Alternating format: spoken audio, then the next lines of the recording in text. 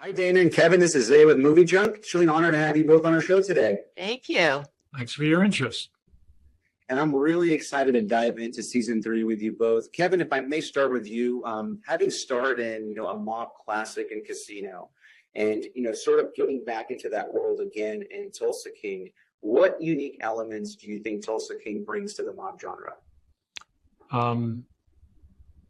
I think we've not seen this version where a made man is outcast and must start all over at his age.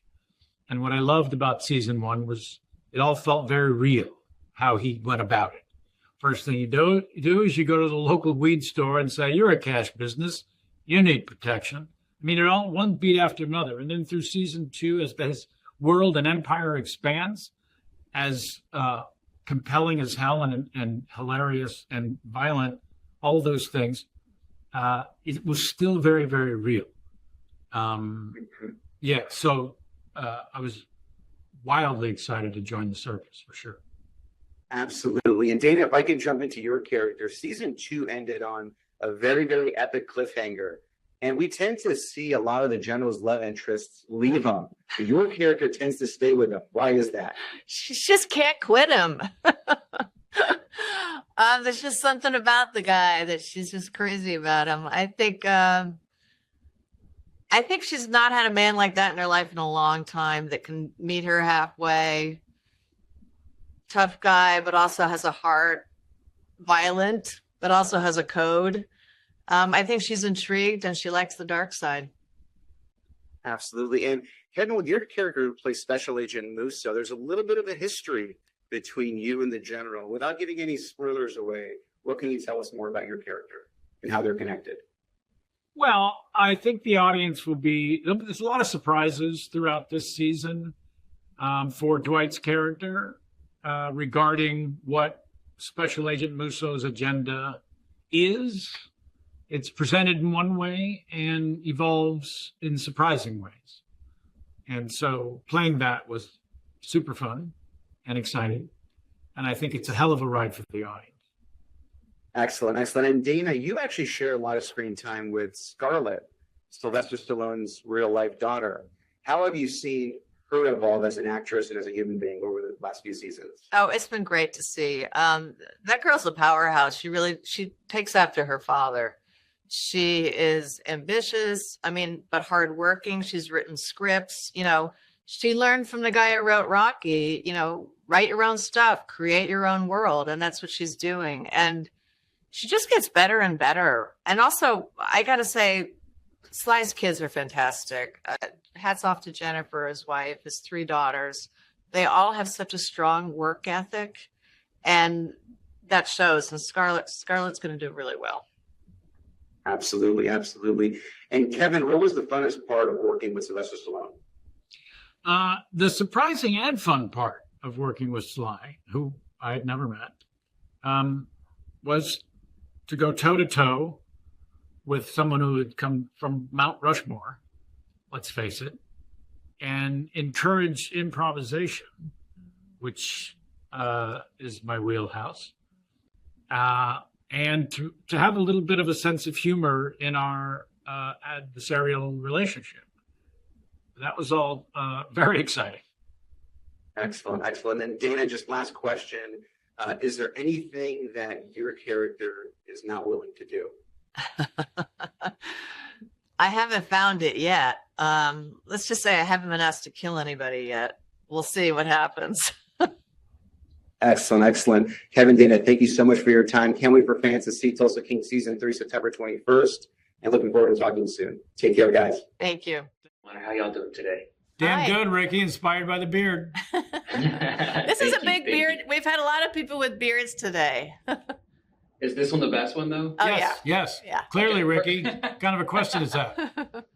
Are all the questions going to be like that, Ricky? all simple questions about me, not you guys. Great. Okay. We'd love to talk about anything but ourselves, quite frankly.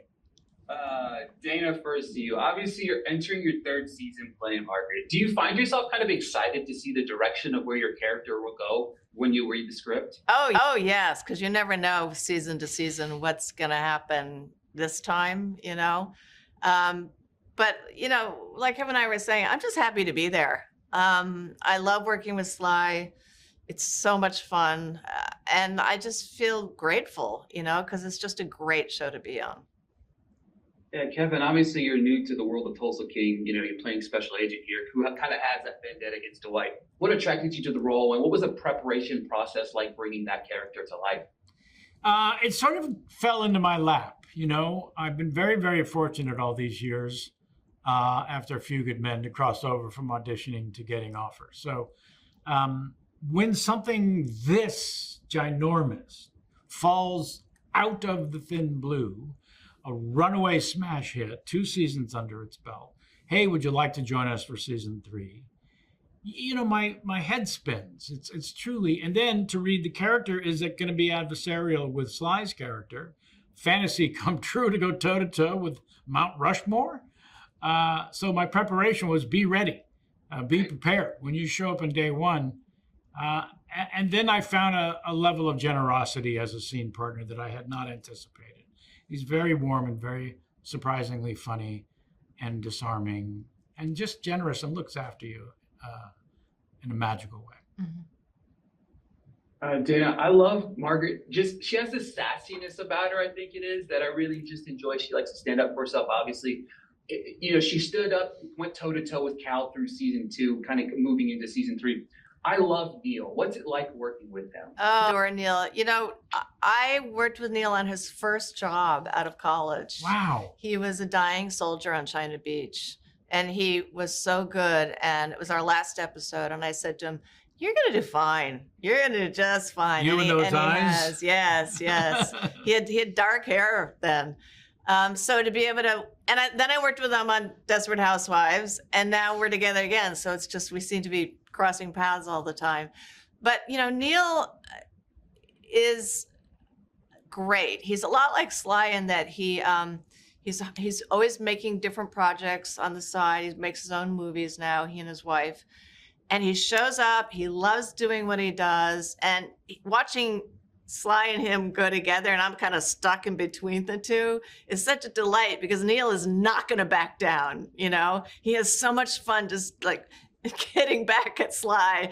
As Sly says, keep on punching. So it's fun to kind of be stuck between these two alpha males. It's a pleasure talking to you guys. I love Tulsa King Season 3. I watched the first 5 episodes.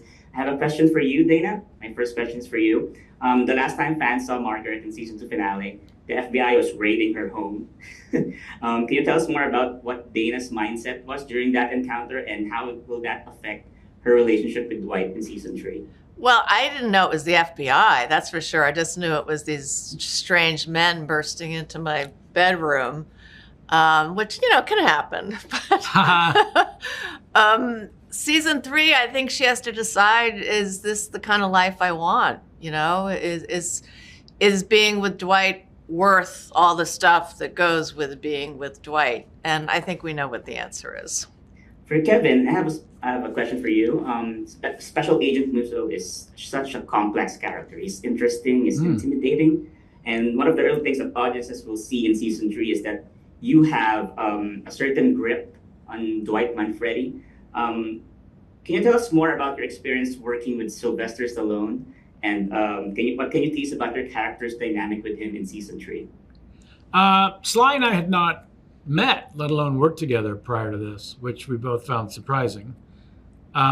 He was an inspiration to us all early in his career to not only write brilliantly the film Rocky and then the wherewithal to insist on being the lead when no one thought that was a good idea. So as a writer myself, I've always been inspired by him. But then to meet and work with a Mount Rushmore sized superstar has happened for me in the past on a few occasions. You just never know what you're going to be in for, right? And he's a tremendous leader, but also a bit of a mother hen. He looks after everyone and makes sure that everyone's having a good time. He you know, is an extraordinary scene partner and also inspiration. What can you tease us about what's the secrets of Special Agent Musso in season 3? I can only tell you that Special Agent Musso has designs for Manfredi that Manfredi is perhaps unaware of, but prepared for. I have a question for both of you. I think it's inevitable that both of your characters will cross paths at one point. Can you help paint me a picture of what that encounter will be? We've got a spin-off planned, Margaret and Musso. What do you think? I think it will be intense. I think so too. Very intense. How I steal away from Dwight, I have no idea, but I'm going to try. We cross paths later on in the season. There's a huge, big episode. Yes, I forgot about that one. Yeah. That's a big one, where we're all there together, and I say to Dwight, "Who is that man?" So obviously there's an attraction. Hello. I like the sound of it. Surprise. Dan, I just want to squeeze in this off-topic question real quick. We all know that you played an integral role in the original Desperate Housewives show. And last summer, it was revealed that Hulu was developing a spin-off taking place on Wisteria Lane. What are your thoughts about this, and would you be willing to return in some capacity? I guess it's going to be younger, the younger versions or something. Is it the same characters or different characters? I think it's different characters. Different characters. Well, I'll be part of I'll be part of the Universal tour bus that goes through Wisteria Lane, and I'll just wave at all of them. That's what I'll be doing. Would you be willing to return? Sure. If I could come back as Catherine, that would be fun. Hi. We were just talking about Detroit would be a great place for the next Tulsa King, for the next king. Oh my gosh. That would be Detroit so King. cool. Detroit King. I like it. There's something there. This is so cool to get to talk to both of you. Thank you guys for taking the time. Dana, let me start with you. So your character, a lot of people are in this series as we start season 3. A lot of people are getting sucked into this, world of Dwight out in Tulsa, but we haven't really quite seen how it's going to end for everybody, yet.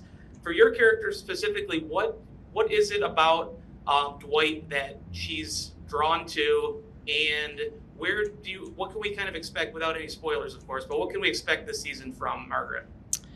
Well, after the end of season 2, when she was tied up and Dwight was kidnapped by this guy, she kind of had to decide, is this the life I want? Do I want this darkness in my life? And I think she makes this decision she does, that she's crazy about this guy, and part of the darkness is part of the attraction. So I think for her this season, it's going to be, how far is she willing to go? Behind the scenes, she's working with him politically in Oklahoma to see whose pockets need to be greased. So, she's in the shadow area herself, and we'll see how far she's willing to go with that. Thanks. And then, Kevin, your character, there's not a lot of characters on the show that have been in a position where they can kind of get Dwight under their thumb or kind of talk to him freely. You kind of come in episode 1 and are on the scene right away and kind of set up a lot of what's to come this season. How fun was that to play with Sylvester, and what can you tell us about your character this season? It was extraordinary, quite honestly, to be invited in to this wildly successful show, but then also to be adversarial relationship with Sly's character. That's just the jewel of the Nile right there. And then to have Sly himself be so welcoming. We hadn't met, or let alone worked together. Exactly. Okay. And I've worked with giant movie stars before, and most of them are gracious and lovely. Sly moves to the head of the class in terms of warm, welcome, but also generous as a scene partner, like I've rarely experienced. Wanting improvisation, anything that makes the exchanges more real and authentic to the moment. That's awesome. And then really quick, because I'm almost out of time already as it goes, what either of you or both of you, what can you tell the audience as far as season 3 of Tulsa King? What can people expect, and why should they get caught up and get tuned into this season? More action, more humor, and it is Explosive. You guys have done that before, haven't you? Thank you so much for your time, both of you. It was a pleasure talking with both of you. Thank you. Congrats.